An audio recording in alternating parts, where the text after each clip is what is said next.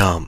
இன்றைய நாளுக்கான பிரார்த்தனையின் பலத்தை பற்றி நேற்று நாம் அனைவரும் பேசியிருந்தோம், கேட்டிருந்தோம். அதனால் தானோ என்னவோ நிச்சயமாக நிறைய பேருக்கு நிறைய அதிசயங்கள் நடந்து கொண்டிருக்கிறது. இந்த அதிசயங்கள் ஒவ்வொரு நாளும் நமக்கு உத்வேகத்தை தருகின்றன. இந்த உத்வேகத்தை ஊண்டுகோலாக பிடித்து கொண்டு இந்த கூட்டு பிரார்த்தனையை மேலும் மேலும் வலு அதிகரிக்க செய்வோம். நாம் அனைவரும் சாயப்பாவின் குழந்தைகளாக மாறிக்கொண்டிருக்கிறோம். அப்படி இருக்கும் பொழுது நம்மை சுற்றி இருக்கக்கூடிய மாய எண்ணங்களிலிருந்து வெளியே வந்து உலகத்தின் யதார்த்தத்தையும் கடவுளின் சித்தத்தையும் புரிந்து கொண்டு அதற்கு ஏற்றவாறு நம்முடைய வாழ்க்கையை நடத்த தொடங்குவோம். இன்றைய நாளுக்கான பிரார்த்தனையை பார்த்துடலாம். அபிநயான்னு ஒருத்தவங்க சொல்லியிருக்காங்க, அவங்களோட குழந்தை, அதாவது 21/11/2025 இன்னைக்கு அவங்களோட பொண்ணோட ஃபர்ஸ்ட் பர்த்டே. அவங்களோட ஒரு சின்ன குழந்தை, குட்டி பாப்பா தான் அவங்களோட பேர் ஹன்விகா. நிச்சயமாக இந்த குழந்தை எவ்வளோ பெரிய உச்சத்தை அடையணும்னு சொல்ல முடியாத அளவுக்கான உச்சத்தை அடையணும்.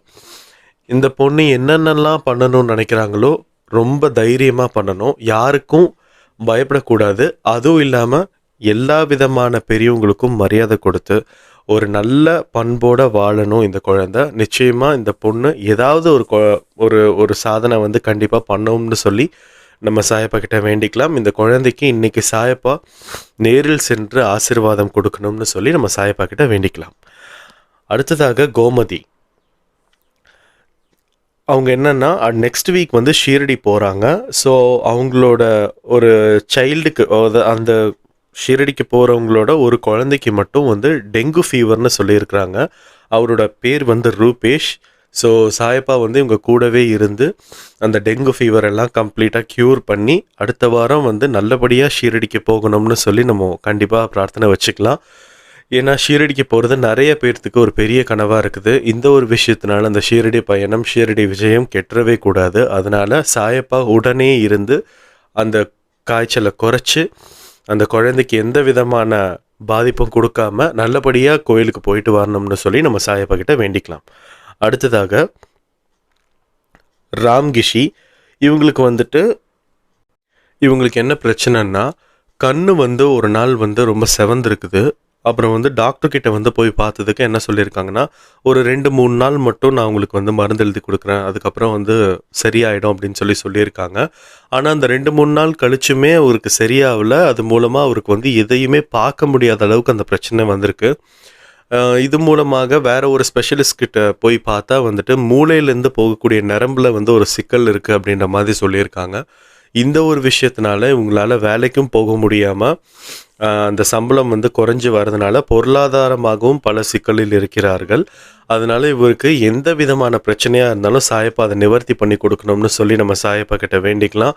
நிச்சயமாக கண்ணுன்றது ஒரு மனுஷனுக்கு ரொம்ப ரொம்ப முக்கியமான ஒரு விஷயம். அப்படி இருக்கும்போது அந்த கண்ணு இவ்வளோ நாளாக பார்த்துட்டு இப்போ பார்க்க முடியாதுன்னும் போது நிச்சயமாக உள்ளுணர்வுலேருந்து ஒரு பயம் வந்தே தீரும். அந்த ஒரு பயத்துக்கு சாயப்பா இடம் கொடுக்காம எவ்வளோ பெரிய பிரச்சனையாக இருந்தாலும் சாயப்பா இறங்கணும். கண்ணு எந்த விதமான பிரச்சனையாக இருந்தாலும், எவ்வளோ மோசமான பிரச்சனையாக இருந்தாலும் நிச்சயமாக சாயப்பா அதில் இறங்கி செயல்பட்டு இவங்களுக்கு மீண்டும் பழைய மாதிரி இந்த அழகான உலகத்தை பார்க்குறதுக்கு சாயப்பா கண்ணு கொடுக்கணும்னு சொல்லி நம்ம சாயப்பா கிட்ட வேண்டிக்கலாம்.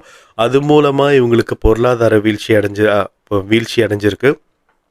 அதுவும் கூடிய சீக்கிரத்தில் வலு பெற்று மேலே அதனாலே இவங்க எந்த ஒரு சிக்கல்லையும் சிக்காமல் இருக்கணும்னு சொல்லி நம்ம சாயப்பா கிட்ட வேண்டிக்கலாம். அடுத்ததாக ஸ்ட்ரைட்டாக பொது பிரார்த்தனைக்கு போயிடலாம். இன்றைய நாளில் பிறந்த குழந்தைகள் எல்லாருமே ரொம்ப அழகான ஒரு குழந்தைகள், அன்பான ஒரு குழந்தைகள், பண்பான ஒரு குழந்தைகளாக இருக்கணும்.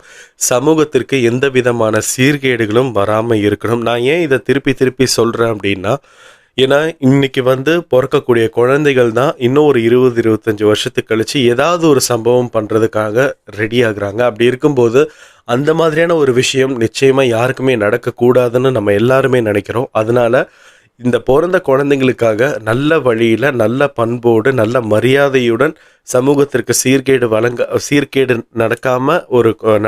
நடக்க நினைக்காதவும் இவங்களால நடக்காத ஒரு குழந்தையாகவும் இவங்க இருக்கணும்னு சொல்லி நம்ம சாயப்பா கிட்ட வேண்டதுக்கான ரீசன் நம்ம சொல்றது மூலமாக பிறந்த குழந்தைங்களுக்கு ஆட்டோமேட்டிக்காக ஒரு வைப்ரேஷன் போயிட்டே இருக்கும். அதன் மூலமாகவே அவங்களோட பார்வை எல்லாமே பாசிட்டிவான வேஸை பார்த்து தான் இருக்கும். அதனால அதுக்கு ஏற்ற மாதிரி இன்றைய நாள் பிறந்த அத்தனை குழந்தைங்களுக்காகவும் ஒரு ஸ்பெஷல் பிரார்த்தனை.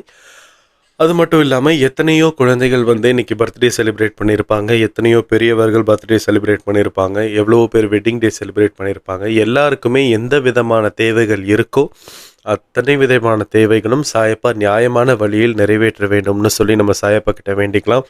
இன்றைய நாட்களில் எத்தனையோ இளைஞர்கள், எத்தனையோ பெண்கள் போதைக்கு அடிமையாகி அவங்களோட வாழ்க்கையே முடிச்சிக்கக்கூடிய அளவுக்கு ரொம்ப மோசமான சூழ்நிலையில நிறைய பேர் தள்ளப்பட்டிருக்கிறாங்க. நிச்சயமாக அந்த போதைன்ற ஒரு விஷயத்துக்குள்ளே போனாலே உலகத்தை மறந்துடுற மாதிரியான சில சிக்கல்கள் இருக்குது. அதனால அதன் மூலமாக அவங்களோட குடும்பத்தையும் மறந்து தன்னுடைய சந்தோஷத்திற்காக எத்தனையோ பேர் குடும்பத்தை மாய்த்துக்கிறாங்க. அதனால இந்த போதை சம்பந்தமான விஷயங்கள்ல இருந்து நிறைய இளைஞர்களும் பெண்களும் வந்து வெளியில வரணும்னு சொல்லி நம்ம சாயப்பா கிட்ட ஒரு பெரிய கூட்டு பிரார்த்தனையை வச்சுக்கலாம். அது மட்டும் இல்லாமல் கடன் பிரச்சனை, தொழில் பிரச்சனை, வேலை பிரச்சனை, இப்படி இருக்கக்கூடிய எல்லா பிரச்சனைகளுக்கும் சாயப்பா நிச்சயமாக இன்று ஒரு தீர்வு நாளாக வைக்கணும்னு சொல்லி நம்ம சாயப்பா கிட்ட வேண்டிக்கலாம். அதன் மூலமாக யூடியூப்பில் சில பிரச்சனை இருந்ததுனால தான் கம்யூனிட்டி போஸ்ட்டில் போகாமல் இருந்திருக்கு. அதை பற்றி நம்ம பேசி நேற்றே சார்ட் அவுட் பண்ணியாச்சு. இதுக்கு மேலே வந்து உங்களுக்கு கம்யூனிட்டி போஸ்ட்டில் பிரார்த்தனைக்கான நேரம்னு சொல்லி போஸ்ட் வரும். நீங்கள் அதில் வந்து உங்களோட ப்ரேயர்ஸை தாராளமாக சப்மிட் பண்ணலாம். நிச்சயமாக அடுத்த நாளுக்கு அந்த ப்ரேயர்ஸ்க்கு எடுத்துக்கொள்ளப்படும். அது மட்டும் இல்லாமல் இந்த பதிவை கேட்கக்கூடிய ஒவ்வொருத்தவங்களோட மனசில் இருக்கக்கூடிய கோரிக்கைகளையும் சாயப்பா நிறைவேற்றி கொடுக்கணும்னு சொல்லி நம்ம சாயப்பா கிட்ட வேண்டிக்கலாம். அது மட்டும் இல்லாமல் எத்தனையோ பேர் இன்றைக்கி ஆப்ரேஷன் பண்ண வேண்டிய சூழ்நிலை இருக்கிறாங்க. அது எவ்வளோ பெரிய ஆப்ரேஷனாக இருந்தாலும் விரைவில் மிகவும் எளிதாக மிகச் சிறப்பாக முடியணும். யார் யாரெல்லாம் உயிருக்கு போராடிட்டு இருக்காங்களோ அவங்கெல்லாம் இவங்க உயிர் வாழ்வாங்களா அப்படின்னு நினச்சதை தாண்டி ஒரு 10 வருடம் வாழ்ந்து காட்டணும், வளர்ந்து காட்டணும். அப்படி இருக்கும்போது இவங்க எல்லாத்துக்குமே சாயப்பாவோட ஆசீர்வாதம் வேணும்னு சொல்லி இந்த ஆடியோவை நான் முடிச்சுக்கிறேன். ஜெய் சாய்ராம்.